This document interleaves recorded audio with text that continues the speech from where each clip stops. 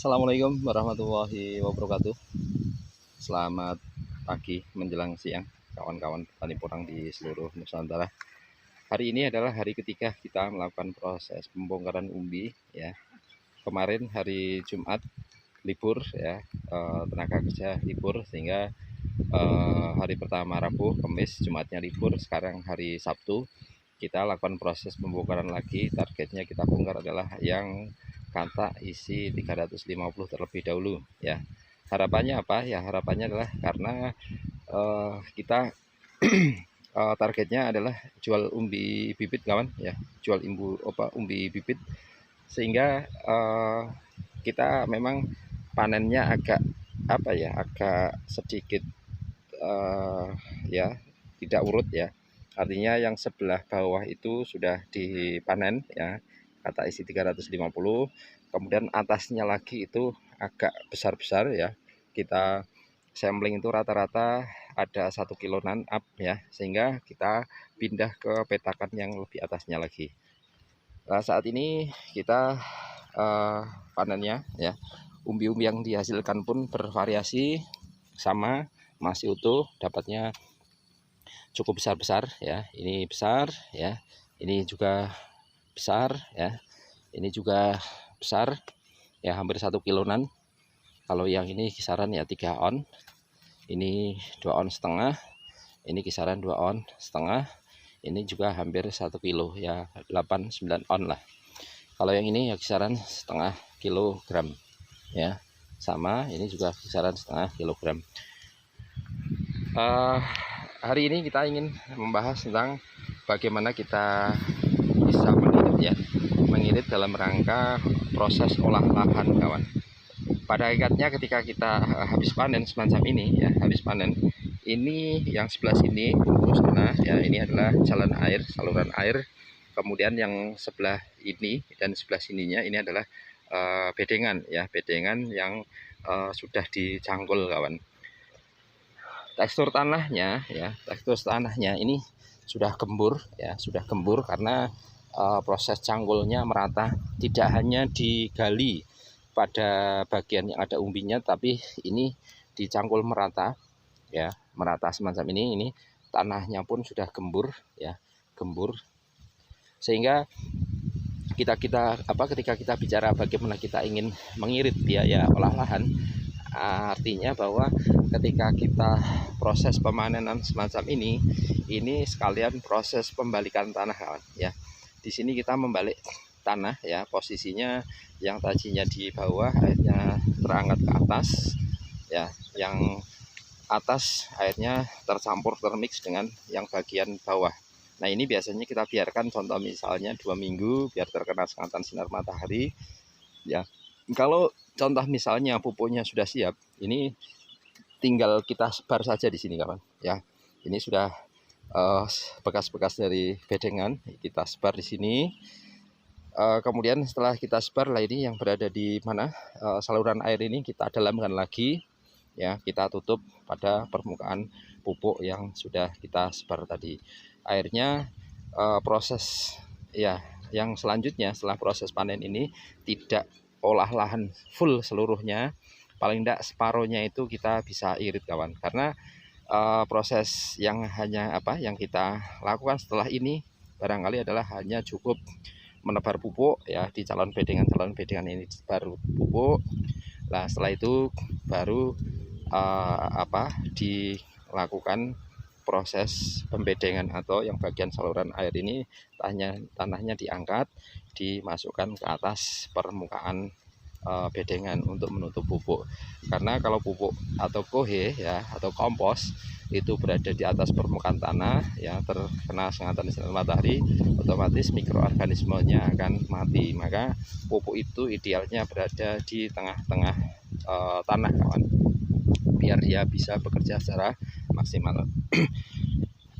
Nah, kita lanjutkan lagi, ini review umbinya ya. Kalau yang ini 1 kilonya lebih kawan ya, kalau yang ini 1 kilonya lebih, ini murni dari kata ya.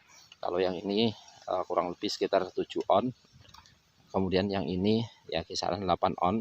Itu ini murni ya, murni 100% yang dalam bedengan ini itu adalah menggunakan bibit katak. Sedangkan pada bagian bawah petakan yang sudah kita panen itu ya, itu ada 2 bedeng yang menggunakan umbi, karena pernah kita jelaskan ternyata setelah beberapa bulan ya, yang lainnya sudah tumbuh, yang di daerah situ 1 bedeng full tidak ada isinya sama sekali, ternyata belum tertanami katak, sehingga kita bongkar umbi yang ada di kebun, kita tanam ya di bedengan-bedengan tersebut. Di lahan ini full ya, bisa dikatakan 97% menggunakan bibit katak. Nah, hasilnya adalah alhamdulillah cukup bagus kawan ya, cukup bagus. Itu kalau dilihat pun, kembali lagi ke proses olah lahan, kalau dilihat pun itu proses penggalian tanahnya itu bisa dikatakan kedalamannya hampir sedalam sekitar 20 cm kawan, sehingga proses pengguburan lahan ini ya sampai kedalaman 20 cm itu sudah cukup gembur ya. Terlebih nanti ketika atasnya ditambah pupuk dasar, kemudian ditambah dengan sisa-sisa tanah yang ada di saluran air, maka nanti ketinggiannya bisa mencapai sekitar 30 cm. Tanam porang ya, pada akhirnya memang porang itu suka dengan air ya, suka dengan air. Tetapi ketika porang itu terlalu tergenang air atau bedengannya itu hampir setara atau setinggi dengan saluran air, itu yang terjadi adalah genang-genangan air hujan itu akan masuk ke dalam bedengan umbi atau sejajar dengan perkembangan umbi yang ada di dalam bedengan, sehingga yang terjadi adalah proses yaitu pembusukan umbi atau yang dikenal dengan istilahnya ada cacar umbi. Cacar umbi itu sendiri pada video yang lain sudah kita paparkan ya, bahwa itu adalah karena dampak dari penurunan pH tanah kawan. pH tanah itu akan menurun ya seiring dengan seringnya intensitas hujan turun nanti di bulan-bulan Januari, Februari ataupun mulai dari Desember itu. Ya, intensitasnya pagi, siang, malam biasanya turun hujan, sehingga karena air hujan itu mengandung unsur N yang terlalu banyak ya, asam ya, itu kan ada kandungan asamnya, sehingga tanah akan melakukan proses penurunan pH. Nah, disitulah kalau air hujan itu terlalu banyak menggenang ya, kemudian umbi itu sejajar dengan genangan air hujan, maka yang terjadi adalah umbi tersebut akan mengalami proses pembusukan ya, yang walaupun awalnya disebabkan oleh cacar umbi. Nah, ini adalah proses pembalikan tanah sekaligus proses pemanenan umbi. Nah, kalau kita amati lebih dekat lagi ya, ketinggiannya, kedalaman juga kita tadi sudah sebutkan kisaran sekitar 20 cm masuk ke dalamnya, kedalaman cangkul. Sehingga ini kalau kita tebar pupuk tadi, kemudian kita beri atasnya tanah lagi, sehingga ketinggiannya bisa mencapai 25 sampai sekitar 30 cm. Nah, itu adalah tips dari saya bagaimana kita menghemat ya biaya dalam proses olah lahan ya, hemat dalam proses olah lahan. Kemudian kembali lagi ke umbi, ini kurang lebih ya hampir 2 kilo kawan, hampir 2 kilo. Kalau ini 1,5 kilo mungkin ya, sekitar 1,5-an ya beratnya, lumayan. Ini juga dari bibit katak, ini juga dari bibit katak, malah apakah ini hampir tunas ya, hampir bertunas. Kemudian ini umbi tumbuk ya, umbi tumbuk, ada 2 mata tunas ya, ada 2 mata tunas. Kemudian ini juga dari umbi dari katak, ini juga dari bibit katak. Hasilnya bervariasi, ada yang sekecil ini kisaran 1,5 on ya, 1,5 on sampai 2 on. Ada pula yang sebesar ini, tetapi ada pula yang sebesar ini. Akhirnya pada proses penanaman selanjutnya itu ada sedikit evaluasi kawan ya, sudah sedikit evaluasi bagaimana kita bisa, kalau di lahan terbuka ini kita bisa menumbuhkan secara merata ya dalam kurun waktu, contoh misalnya tanam Oktober kemudian akhir November itu bisa tumbuh merata total 97% sampai 100%, maka otomatis insya Allah hasilnya bisa besar-besar seperti itu. Karena proses tanamnya kemarin ketika kita tanam katanya bertunas kan, sudah bertunas, tetapi ketika sudah ditanam ternyata jarak waktu sekitar 1 minggu sampai kisaran 2 minggu tidak turun hujan, sehingga yang terjadi mata tunasnya menjadi gosong. Setelah gosong ternyata terjadi yang namanya terlambat tumbuh karena dia harus menunaskan tunas baru di bagian katak sebelah yang lain.